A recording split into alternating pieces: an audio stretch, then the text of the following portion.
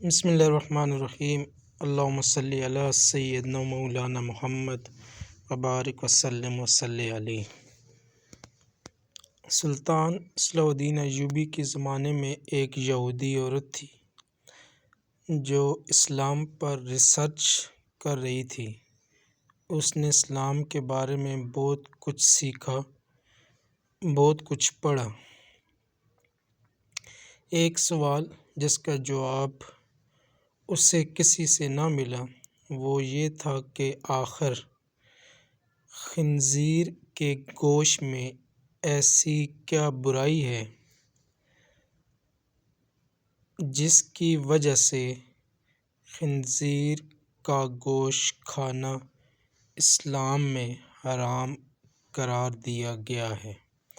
صرف یہی ایک بات تھی جو اس کو اسلام قبول کرنے سے روک رہی تھی۔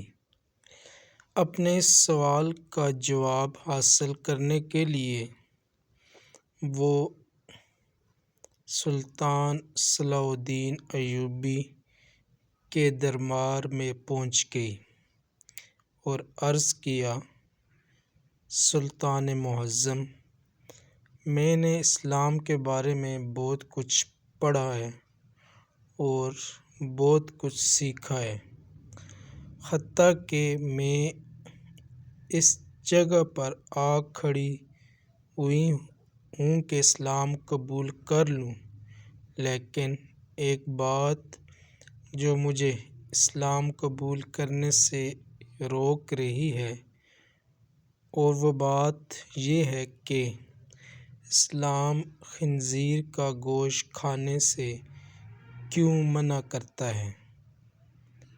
اسلام نے جس چیز کے بارے میں منع کیا ہے وہاں اس کی دلیل ملی ہے، لیکن خنزیر کا گوشت حرام ہونے کی کیا وجہ ہے، اس بارے میں مجھے ابھی تک کوئی مضبوط دلیل نہیں ملی۔ میں نے بائبل کو پڑھا تو بائبل میں بھی خنزیر کا گوشت کھانے سے منع نہیں کیا گیا، لیکن اسلام کیوں منع کرتا ہے؟ آخر اس گوشت میں ایسی کیا برائی ہے کہ اسلام اس کو کھانے سے منع کرتا ہے؟ سلطان صلاح الدین ایوبی نے اپنے ایک مشیر کو حکم دیا کہ بائبل کی وہ کتاب میرے پاس لے آؤ جو اپنی اصل حالت میں موجود ہے۔ جب بائبل کی کتاب پیش کی گئی تو سلطان نے وہ حوالہ تلاش کر کے اس یہودی عورت کو دکھایا جہاں لکھا ہوا تھا کہ خنزیر کا گوشت کھانا منع ہے۔ خاتون نے حیران ہو کر کہا، یہ کیا بات ہوئی؟ میرے پاس جو کتاب ہے اس میں تو لکھا ہوا ہے کہ خنزیر کا گوشت کھانا منع نہیں۔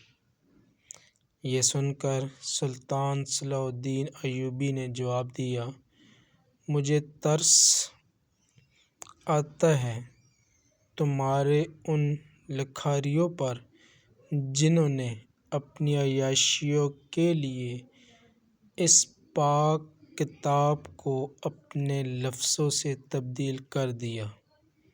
تمہارے پاس جو بائبل ہے یہ اپنی اصل حالت میں موجود نہیں۔ ابھی تو میں نے صرف اس کتاب سے ثابت کیا ہے کہ خنزیر کا گوشت کھانا منع ہے، اب میں اسے سائنسی لحاظ سے بھی ثابت کروں گا۔ پھر سلطان صلاح الدین ایوبی نے اس عورت سے کہا کہ کل صبح خنزیر کا گوشت پکا کر میرے دربار میں لے آنا۔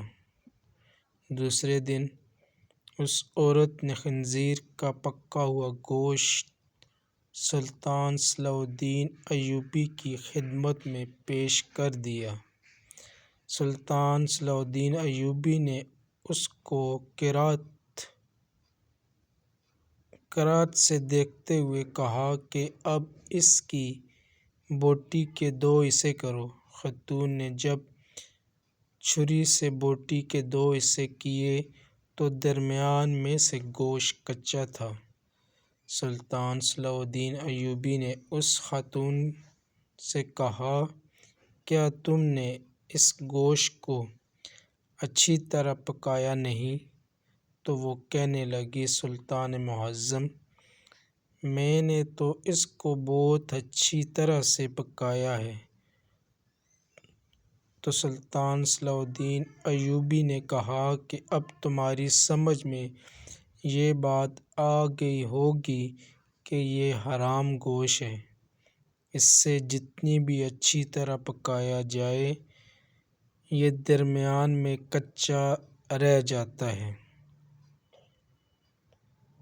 اور جب یہ تمہارے پیٹ کے اندر جاتا ہے تو بہت سی بیماریوں کا سبب بنتا ہے۔ دوسری بات یہ کہ سور جس جگہ رہتا ہے وہ اپنے ارد گرد کی تمام گندگی حتیٰ کہ انسانوں کی گندگی کو بھی کھا جاتا ہے۔ اس کی خوراک بہت ہی غلیظ ہوتی ہے، اس حوالے سے وہ غلاظت اس کے گوشت میں بھی شامل ہوتی ہے جو بذات خود بیماریوں کا منبع ہے۔ تیسری بات کہ جب سور کی مادہ کسی دوسرے سور کے ساتھ جنسی تعلق قائم کرتی ہے تو یہ اسے دیکھ کر خوش ہوتا ہے اور فخر محسوس کرتا ہے، اور یہ بےغیرتی کی خصلت اس کے گوشت میں بھی پائی جاتی ہے، اور اس کا گوشت کھانے والا بھی انہی صفات کا حامل ہوتا ہے کہ اپنی عورتوں کو دوسروں کے حوالے کر کے خوش ہوتا ہے اور فخر محسوس کرتا ہے۔ یہ واحد جانور ہے جس میں اتنی غلاظت اور بے شرمی بھری ہوئی ہے۔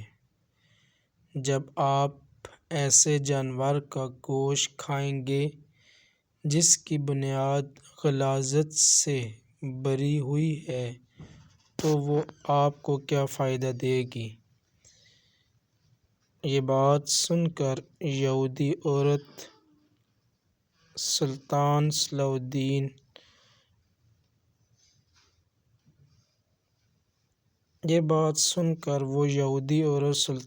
الدین ایوبی کے سامنے جھک گئی اور کہا کہ سلطان معظم اب آپ ہی مجھے کلمہ پڑھائیں۔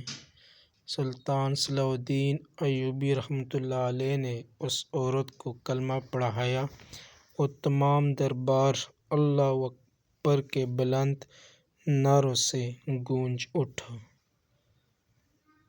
سبحان اللہ۔